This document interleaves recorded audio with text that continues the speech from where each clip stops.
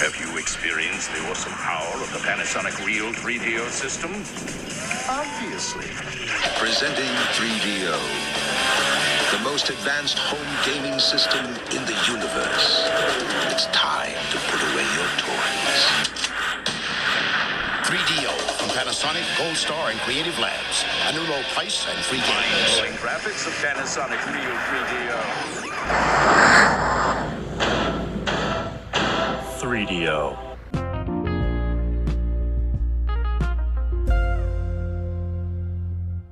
Hello, everybody, and welcome back to the 3DO Experience, the 3DO Retrospective Podcast, where we talk about all things 3DO, the company, the console, and everything in between. I am Bill, and this is Thrak. How you doing, Thrak?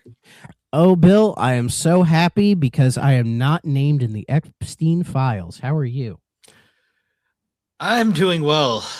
Yeah, that's a lot of shit that I've been seeing online. Oh yeah, it's like no stone is being left unturned. Yeah. Yeah, I'm not gonna touch any of that, but it ain't good. Do you find it weird? I'll just say this. Do you find it weird that they're unveiling all this stuff, but they're not bothering arresting anybody involved? A little. That's all that's all I'll say. We can move on from that. Yeah, it's one of those things where I'm just kind of like, my brain just like saw enough of it and just went like white noise. Like it was just like like I can't handle this right now, and I just that's fair. It's a lot. I don't blame you. So but anyways, yeah, welcome back everybody to 3DO. Hope y'all are doing great. Oh fuck, what game are we talking about today?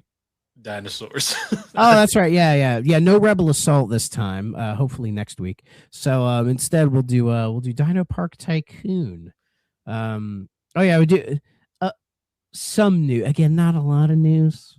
So we'll probably whip through the slow gaming start to the year. Yeah, I'll probably whip through these quick. This one, it's kind of 3DO related. The original Alone in the Dark trilogy is currently free on GOG. So if you've heard our reviews of 1 and 2, if any of that enticed you, you can go to GOG and get the first 2 and the third game for free until Thursday, February 15th. So if you're interested, go grab. Hey, for free, why not, right? For free, you get to see how the survival horror genre kind of came to be. And the second game is actually kind of okay. Yeah. Not great, but kind of okay. Exactly, yeah. It's just another line in GOG's preservation program. And, GOG does a lot of good things. If you don't have a GOG account and support them, you should. You absolutely should. Let's see. Oh, this one is sad. A UK retailer Game is closing its remaining standalone stores after entering administration. So yeah, the historic British video game store has filed a notice of intention to appoint administrators, putting creditors on alert for the second time in just over a decade. That must be a British term I'm not completely familiar with, but it looks like it might be like bankruptcy or something. Might be a similar thing to that, but it looks like they're just shutting everything down there, which is pretty sad to see.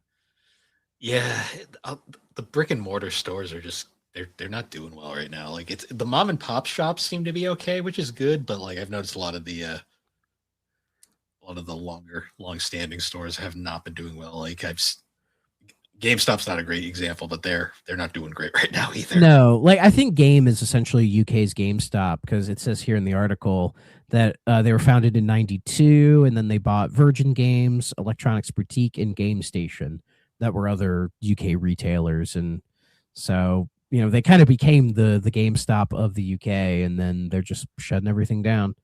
So, but yeah, as you said, yeah, like the smaller mom and pop stores and the retro stores are still going. Like the GameStop by my house closed a couple weeks ago, kind of just out of the blue. Same.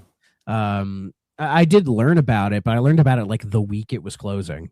And then I went there just to see if there was anything good. And there wasn't, because they weren't any like discounted stuff. Was all like the toys and merch that nobody fucking buys. The shit that they're like, please buy this. Yeah, exactly. Please. And I asked them if they were running any deal on games, and they said, no, we're just moving all of it to another store. Like another store that's closer to me. It's actually closer to my work. And then I was looking, just out of curiosity, I was looking at their stuff, and they had a copy of Silent Hill F, new for $35. So I went up there and he said, "Oh, we're not selling this for 35 anymore. It's back to 70." So I just put it back. And then somebody was like, "Why didn't you just say like, hey, this is at 35. You should sell me this for 35. It's how I found it." I was just wasn't thinking about it, but I could have tried to push it and been like, "But dude, I found it for 35. You should, let me buy this for $35." But oh well, Silent Hill F, I'll get to you in the future. Yeah, unfortunately, trying to argue with a GameStop employee is like yelling at a wall sometimes. Oh yeah. Well, he apparently was not getting fired. He was getting moved to that other store. I asked him about it, so good for him. He hasn't lost his job yet. Yep. So yeah, give it time, unfortunately. Yeah. Though you're right. A lot of GameStop employees are just fucking idiots. But yeah, speaking of fucking idiots, Google has rolled out a prototype of something called Project Genie. I don't know if you've heard of this. It is an AI tool which can generate playable worlds. Like this is a thing that's come out recently where I guess Google's trying to AI making games, where you can like put a prompt in and it'll make a little thing that you can play or whatever. And it's kind of blown up on social media. Like people being like, look, it made like Breath of the Wild. It made Mario 64, blah, blah, blah, blah, blah, all that kind of stuff. And I'm sure Nintendo loves that. Oh, I'm sure. Well, apparently because of that, a bunch of video game companies like share prices fell, and Nintendo, CD Projekt Red, Take-Two, a lot of them dropped like considerably. And I'm looking at that and I'm like, what, do you guys really think that this fucking thing's going to take over game development? Like if it is, it's not anytime soon. Because I did look at some of that stuff and it's like, yeah, it only generates like a 60-second clip you can interact with. Like you type in the little prompt, it gives you a little picture of it, and then you can make any edits if you want, and then it'll generate the little 60-second playable thing. And I like, come on, guys. Like this is the definition of like AI slop. That's exactly what this is. I'm actually curious if like you get more like people pushing like the Nintendo shit around. I wonder if Nintendo would actually try to sue Google. I doubt it. I know Nintendo likes to bully companies, but like I wonder if that one's just too big. Yeah. And I feel like with this, apparently you can only use Genie if you are like a Google Ultra subscriber. And I'm like, what the fuck is even that? It's something you have to pay like way too much money for, and then that's how you get access to it. So again, I don't know. It could be dangerous for the future of game development, but I'm just like, I don't know. I don't know if it's worth like all these companies dropping in like share price over it. I find that kind of weird. Yeah. It's like the Amazon like AI dub shit where I'm just like you just see it and you shake your head and you're like, okay. Yeah, and going with that, apparently Sony has patented an AI-generated. It says here, Sony patents AI-generated podcasts voiced by characters from its games. I'm just like, that's weird. That's just weird. Who is that for? Like, I guess, don't know. Like children probably. You don't know any better. Yeah, let's see. It was applied for in July of 24, and it got granted in late January. It's called LLM-based generative podcasts for gamers. And it says video game platforms currently lack the ability to provide unique and targeted content to gamers to update the gamers about things that are happening on the platform. There are currently no adequate solutions for the foregoing computer-related technological problem.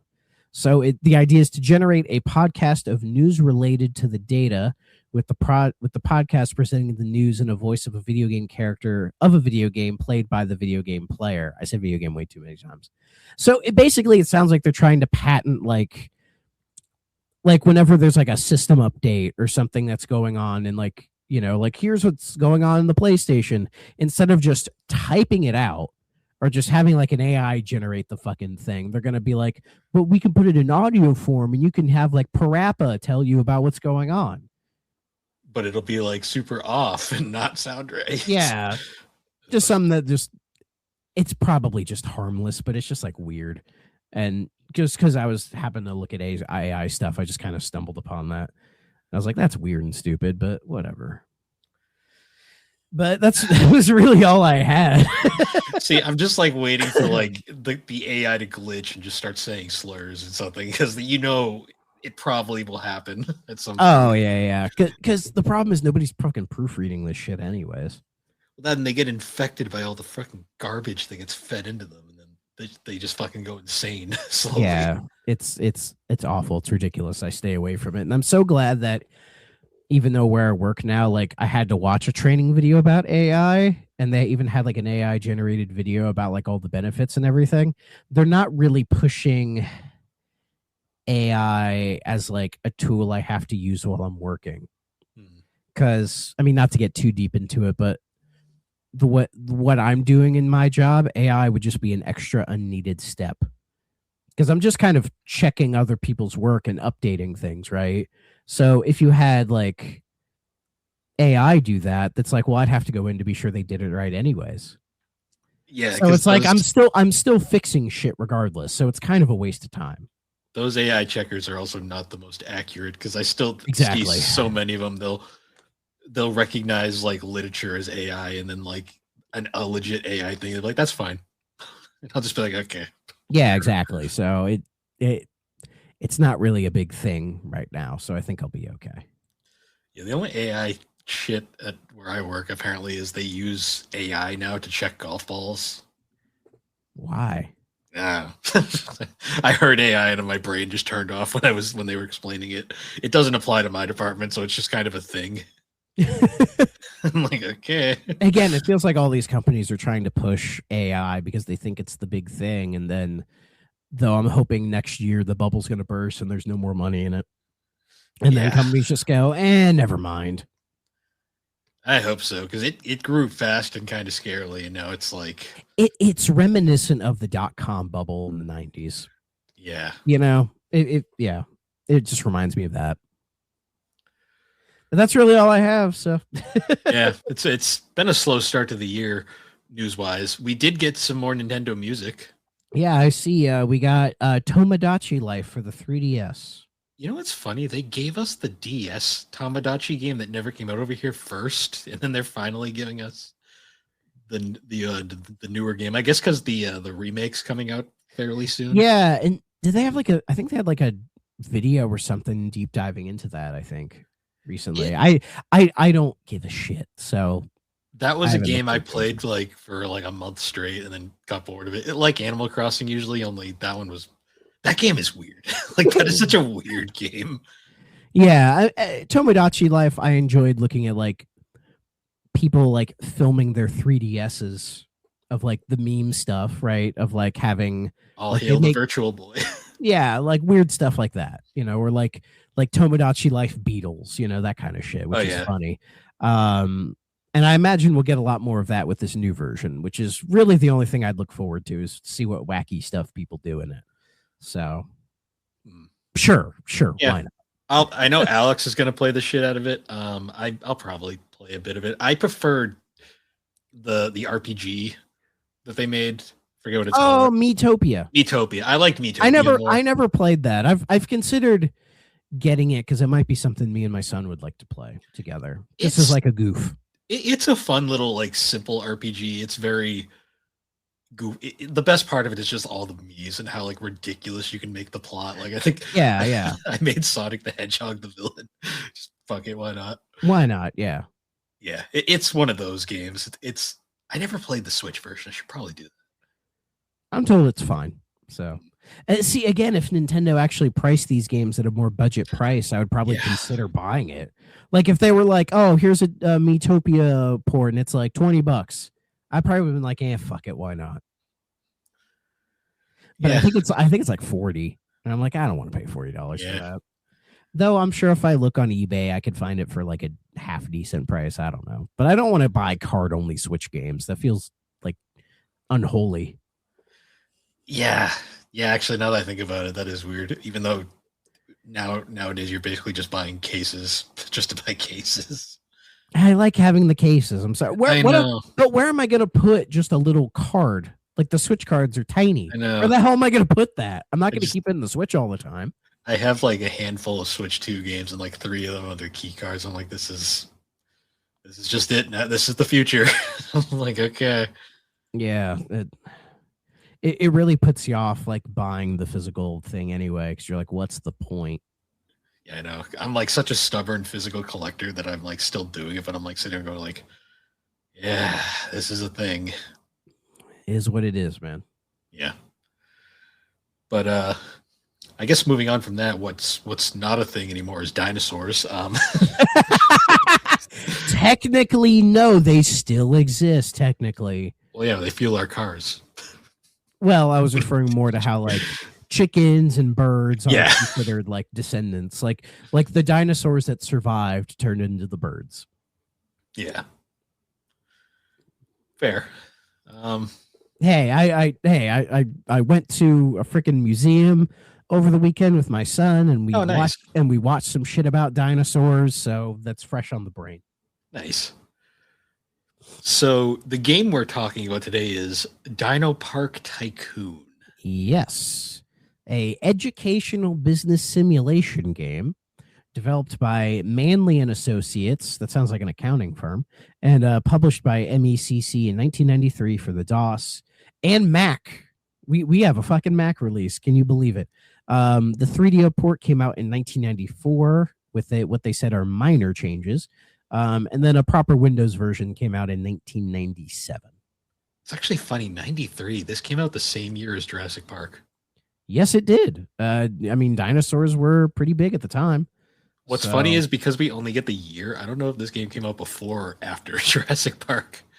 I mean, maybe it just kind of synced up, you know? Probably. It was probably completely coincidental, but it's just kind of funny. Yeah. Here, let me see if I can find a proper release date for this guy. Not even Moby Games has it. Well, fuck. No. Interestingly, I didn't realize this. Manley and Associates, that is such an interesting name. They later became EA Seattle. Sure, why not? So this is an EA game. Kind of. And they existed from 82 to 96 as Manley and Associates, and then from 96 to 2002 before they were shut down. Well, then they moved to EA Vancouver. Yes. So they had to become Canadian citizens. Oh, and this is a fun fact. A part of the engineering team left in the 90s to form and work at Lobotomy Software, the studio that made those really awesome FPSs on the Saturn. Oh, Power Slave, the port of Duke Nukem, and the port of Quake. Oh, that was them. Yeah, Lobotomy. They hit the slave driver engine, as they called it. I mean, I could go on and on about Power Slave. Don't get me started. I'll be here all day. Y'all should play that Night Dive version. It's fantastic. And yeah, looking at Manley and Associates, the other things they did the Amiga port of Ninja Gaiden 2. A lot of PC stuff. Oh, they did the Game Gear port of Paperboy 2. So I will be seeing their handiwork later on. And then let's see. Oh, they made the Wizard of Oz game for SNES. Oh, nice. Nice is a way to put it, yeah. And then and then later on they made some Need for Speed games. Yeah, it looked like they were the PC porting division that did all the Need for Speed ports, and I guess a PlayStation port of Need for Speed 2. Yeah, and I see back on the day on the PC, I had a Need for Speed game, and it might have been Hot Pursuit or it might have been Hot Pursuit 2. I don't know. But I know one of them had like a PC port, and that's what it might have been Hot Pursuit 2. It's just those covers look exactly alike. So. Oh, and their first game was Shanghai, so it was a Mahjong game. It all ties together. Yeah. Apparently, according to Moby Games, some of the people who worked on DinoPark Tycoon also worked on the Oregon Trail. Oh, that's fun. The original Oregon Trail? Let's see. It's loading, so give it a quick second. The 1985 Apple II release. Oh, nice. Was that the original version? I don't know. Maybe. It sounds about right. Yeah. Oregon Trail is its own history. We don't have to go into that. But anyways, but this game kind of falls in line with the other sim games we've played, mainly a theme park. And you know what I gotta say, I do think this game's a little better than Theme Park. Yeah, well, Theme Park is definitely like one of the first of its kind, and it shows. Mm-hmm. This game is. It takes a lot of what worked in Theme Park and does make it better. Unfortunately, I still found this game very boring. Yeah, and also it has quite a. I don't know if yeah, because I was gonna say I don't know if difficulty spike is correct because. So I guess it depends on which version you have, but the retail version you start out with a $5,000 loan, Yes. and then from there it's like, oh, buy some land now, buy some fencing for the land, go buy a dinosaur and hire some employees, and if you are very conservative, you can scrape by with like one of everything, and then you have to sit there forever and let it build up. And then it took me forever to actually learn how to increase prices. Yep. Because okay, so when you do this, you get this like cool little screen where it has like where you get the employees, where you get the dinosaurs, and it's all these like buildings next to each other, and it's kind of cool, right? Yeah. Like if you actually want to see the park, you have to click a button on like the bottom of the screen to look at your park, and if you do what I did, which was get the cheapest shit everything, it's like desert with like a wood fence and then like a tiny little dinosaur. Right. Yeah. And you look at it and you're like, there's nothing here. This is like, who the fuck is paying $350 in 1993 money to go see this? Right. But nevertheless, you do try to rack up the money, and then you go, okay, maybe it's time to like start adding stuff. And then you try, and then you realize, oh shit, like everyone's leaving because they're not getting paid, and you're trying to borrow more money from the bank, but you can't get like another $5,000 loan. They only have certain amounts of money at a time. Like I think it's related to like you paying off your first loan, I guess. But yeah, it's very easy just to completely fuck up in this game. Oh yeah, like this is like any tycoon game, only it's like this game is very extreme from the start, like, which is crazy because it feels like this game is more meant for children. It is very kid coded. Yeah, in a lot of ways. Yeah, and I like that it's a lot more approachable and kind of friendlier in some aspects than like Theme Park or some of the other ones we've done, or even like say Sim Tower, right? Like it's a lot more, I think, friendly and approachable, but you think they'd give you a little bit of leeway. But apparently, according to this, if you got like the version they released to schools, the loan you start out with is $20,000. And it's like, man, that would have been so much easier if I had 20,000. I could actually do something with that and then let it sit and build up. But yeah, because like there was a lot of points where I was like trying to figure out ways to save money. Like the only thing that I noticed right away is like if you buy mostly like carnivores at the start, you're gonna screw yourself really hard. Oh yeah, they eat meat like crazy. And also, the meat is more, I think, pricey than the vegetation. Yes, because what I did at one point was I just bought like a shit ton of like moss and like figs basically for this fucking vegetarian monster herbivore. And that did last me a lot longer for sure. You could also buy the what seeds. Sucks. Oh, true. But what sucks is you can like if you don't have like a veterinarian, they won't get fed because nobody else feeds them but them. So I bought seeds, but I didn't know what they did. So you plant them and they grow into like food essentially, and you get it. Basically, it's a way of like getting like food. It's not infinite. Does the game tell you how to do that? Because I bought the seeds and I couldn't figure because I bought the seeds. I didn't know what to do with them. I had to look it up. I was like, oh yeah, because you get that little nice tutorial at the start on how to set everything up, and then the game tells you jack all. In fact, it doesn't even tell you how to raise ticket prices because it's like, go here to raise your ticket price. You do. Like you go to that, I think it's the office, and I saw like tickets and I was like, oh, let me go there. And it just says how many people visited the park. And I'm like, well, that doesn't fucking help. So then you go into the general ledger and then you click on visits and then that's how you raise it. But you can only raise it per like quarter. So if you want to raise it from like to like $5, which is what I did because a lot more money rolls in that way.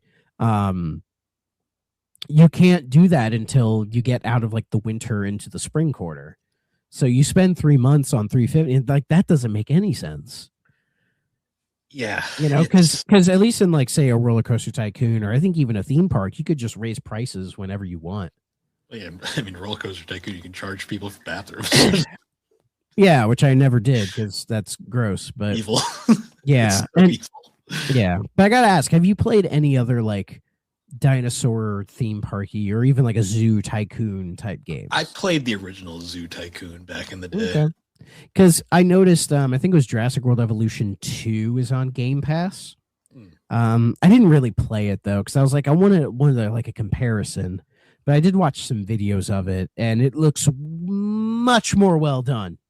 But to be fair, that has like the Frontiers making that, and they have decades of experience, and I'm sure they find a way to make running Jurassic Park much more of a compelling scenario, because I think there's bits where it's like the dinosaurs can break out and run rampant and all this other stuff, and I feel like that's possible in this game, the idea that the dinosaurs could run loose and all that, but I didn't get far enough. But I never got far enough.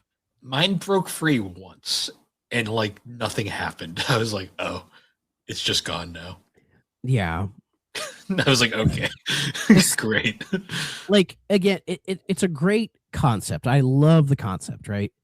But it's so weak and so bare bones, pardon the pun, that it just doesn't, like, at least like theme park was like more challenging, but there was more to it. Theme park is quirky. This game, this game has no quirk. Yeah, despite being like kid friendly, like dinosaur game, it's like this game is like literally like watching paint dry at points because you're just like waiting for something to happen.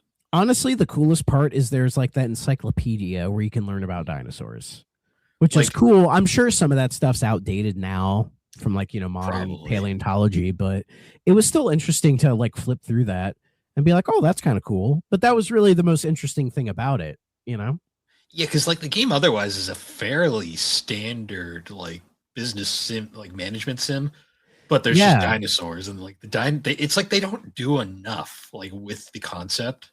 Yeah, and go on. Bless you.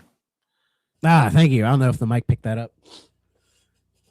I sneezed, audience. But like one thing I hated is that you could never combine the looking at the park with doing stuff to the park, because it feels like that should be like 101. Like theme park did that, where if you wanted to build something, you could see it and then drop it, and there you go. Whereas in DinoPark, if you wanted to like add a dinosaur or buy more land, you couldn't just hover over it and buy it. You'd have to like go to the screen to buy the land. Okay, cool. And then we come back, Very archaic. Yeah, very archaic is a way to put it. Because I was thinking of other like Sims from the time and just like ones that were better handled. And like I still think the best example from this era is still SimCity on Super Nintendo. Yeah. Like SimCity has aged incredibly well. Like I've never played the original PC version of SimCity. I've been curious to give it a shot just to see what it was like. I have messed around with SNES SimCity and it's really good. And I think that's because like Nintendo added the little quirk to it. Like their little quirky additions, I think, really helped a game like that stand out on a console, especially when they were very new at the time. Like I don't think Civ ever came out on console until like much later. Yeah, because like I was messing around with that game recently, and like that game is super beginner friendly. Like you can really just jump right into it, and like basically with little instruction you can figure it out for the most part. This game though, it's like you need a freaking document to fucking figure anything out. Yeah, like I had to find the freaking manual and try to read through it, and the 3DO manual doesn't do much in explaining things to you anyway. No, this game feels a lot like it was a very much like, oh, can this run on 3DO? Fuck it, why not? Yeah. Though I played I think it was like an emulated version of the DOS version, so it's like I had proper mouse control, but I can't imagine 3DO version was that different. And yeah, even on PC, it was still like, it's just like kind of annoying. Yeah, it was. Yeah, according to Wikipedia, the 3DO version only had like minor changes, so probably like controls. And yet, despite all of this, I didn't hate this game. But there's not. But there's nothing about it that's like worth hating. You know what I mean? Painfully dull. That was kind of the lowest, the worst I could say. Because other than that, the music was okay. Music was catchy. It kind of had a Genesis vibe at times. Yeah, it was kind of chill. And again, like the concept I love. And there have been other games that have done it throughout the years. And I don't know, maybe I should just play through Jurassic World Evolution. I mean, it's made by Frontier, who actually are really good at this. So I don't know. I don't know. Again, there's just really not that much to say, and but it's fine, I guess. I mean, if you want to give it a shot, I mean, there are worse ways to spend like 30 minutes of your time. I'd say I played it for like an hour and a half. So yeah, I messed around with it enough to get the idea. I'd say it was disappointing, is the way I describe it, because I was expecting like something, and this was very much not really anything. Yeah, I think disappointing is a good way to describe it. It's interesting too, because I'm just like looking at reception for it. There's not a ton. I saw the Associated Press described the game as having realistic similarities to real life business management. I don't know if I'd agree with that. Maybe for 93. I mean, even still, it's like with like business management sim stuff, it's like not really, because it's not as easy as you just buy and own the land. Yeah, you know, and you can't just like build shit on the land. There's like zoning laws and all this other like it. I don't know. I don't know what they were trying to say by that. And then Compute said, keeping the staff paid and dinos fed and healthy is an ongoing task that requires kids to analyze graphs, numbers, and make decisions based on their assumptions. The trick is to scratch out enough profit to expand the park with capital improvements and bigger and better dinosaurs. Sure. Yeah. that's a game. Oh, the Associated Press article is online. I found it, and it's titled "Kids Can Create Their Own Jurassic Park." It says, if you suspect your children are frittering away the early years just being kids, your PC can help set them up in business. Like, what's wrong with them like being kids? Whatever. DinoPark Tycoon. It was $60 back then. Jesus Christ. Puts from MECC of Minneapolis, puts anyone with a muscular PC. Oh God. Muscular PC. I mean, maybe back in the day you needed something powerful, but it's like, I can't imagine. Like this game ain't doing that much, but I don't know. Into the dinosaur theme park business from the ground up. Each player aged 8 to adult starts off with a $5,000 bank loan. He must use the money. Sorry, girls. He must use the money to buy land, improve it, hire a staff, buy dinosaurs. Oh, yeah. This is 93. Girls don't play video games. Exactly. The object is to become a successful entrepreneur, growing your initial stake into a fortune by making the right business decisions. What I found interesting, I just realized looking at this, you can sell your park at any time. Can you? Oh, yeah. When you go into the office, one of the options in the lower, I think the right corner is, oh, do you want to sell your park? I didn't try it. I should have, just to see what happens, but maybe nothing. Huh. That's interesting. Very interesting. It's actually funny looking at MECC, the publisher. They published a lot of games that I remember from this era, like obviously like Oregon Trail, but they also did Yukon Trail, if anyone remembers that gem. Nope. The Amazon Trail. They were trying. See, I remember Yukon Trail mostly because Brutal Moose did a whole video on it, and it's so fucking stupid. Such a dumb game. Number munchers. Ugh. I remember number munchers and word munchers. See, as an adult, the word munch has just completely been ruined for me. I'm sorry. Yeah.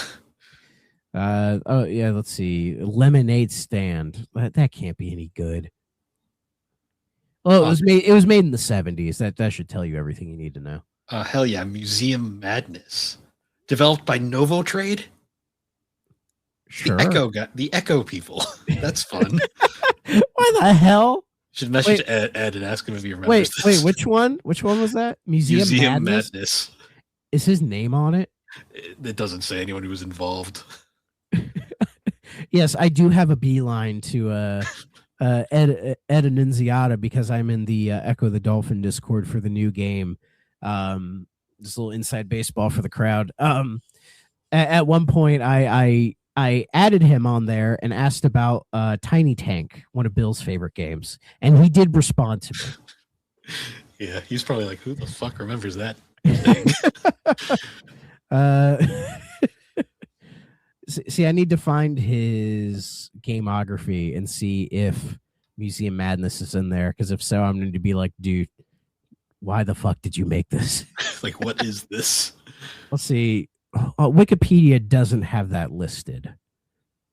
Damn. I'll check Moby Games. Let's see. But yeah, the few times he's chatted in there, he's a nice guy. He always seemed like it. Oh yeah, he's not a shithole or anything. So, in fact, everybody in that Echo Discord's actually very chill, so that's nice. Usually, like very specific Discords for kind of like cult games kind of tend to be like that because they're basically all just people like, we just like this thing and we're gonna be nice. Exactly, and I love that the picture that Moby Games uses for him, I believe, is the same picture he uses in the Discord. It's probably where they got it, in all honesty. Hold on. Where is he in here? I think he's offline. Yeah, he's got shit to do. Yeah, it's the exact same. That's hilarious. And it's a photo from 2012. That's funny. Let's see. No, he's not credited. Damn it. Damn. So there'd be no point. Yep. He'd be like, what the fuck are you talking about? I didn't work on everything. Though there's been a lot of Colibri talk in there. Hell yeah. Well, I mean, Calibri's great. Yeah. At one point I need to say, guys, where is Mr. Bones? Where is he? Mort the chicken, anybody? Yeah, Mort the chicken, who's in Pizza Tower, actually. Oh, really? Yeah. And Ed got a credit because they let him use Mort the chicken. What an obscure cameo. I mean, it's Pizza Tower. What do you expect? I guess. Like, I'm thinking, like, Mort the chicken. Like, why not? Why not, man? It's like the only other game and now made after Tiny Tank. Yeah, now I want to play Mr. Bones, man. Why didn't that come to 3DO? There'd be more to talk about. Yep. So I guess for must play OK Stay Away, I'm not going to say stay away because it's not bad, but it's also not really worth playing. I'll give it okay because that's what it is. It's okay. Yeah, it's very just like a flat okay. Like there's yeah. When we tier this, it's gonna go in D for DinoPark.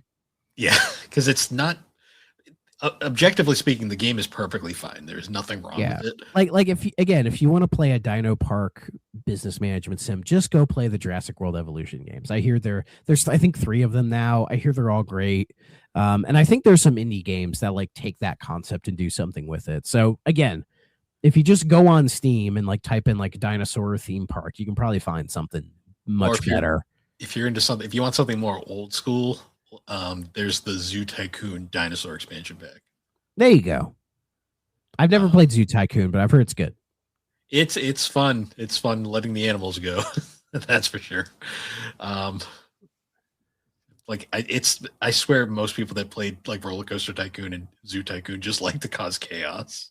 Here you go. There's one called Parkasaurus. And it's like an isometric game, much in the way like this. It has a bit of a cutesy art style. Like it looks like it was a little inspired by DinoPark Tycoon. It has a similar aesthetic, and it even has like finances and stuff. But again, it looks much more well done. So just go play Parkasaurus. Shout out to Wash Bear Studio. Nice. Yeah, so I guess other than that, next week the plan is we're going to talk about Rebel Assault. Yes, I'm actually very excited to talk about Rebel Assault. I've never played these games, and they're kind of like famous early Star Wars games. Yes. So I'm looking forward to. I'm going to be playing the Steam version, but it has 1 and 2 on it. So I'll probably dabble in 2 as well. But I don't think the 2 ever come out on 3DO. I don't think it did. No, that was on PlayStation.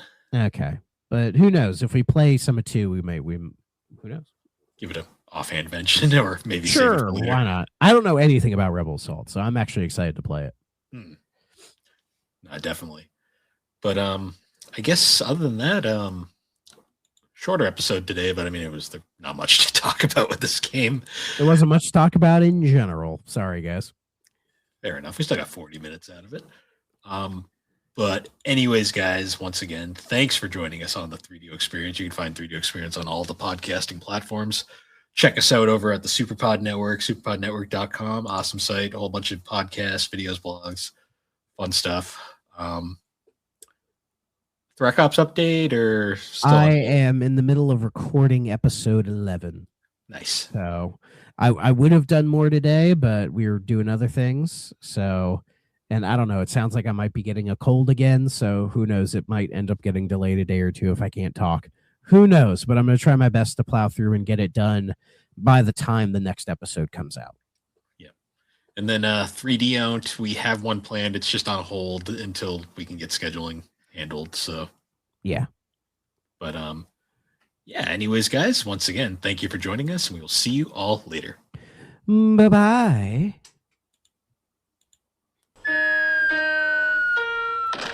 If you're not playing on a 3DO system,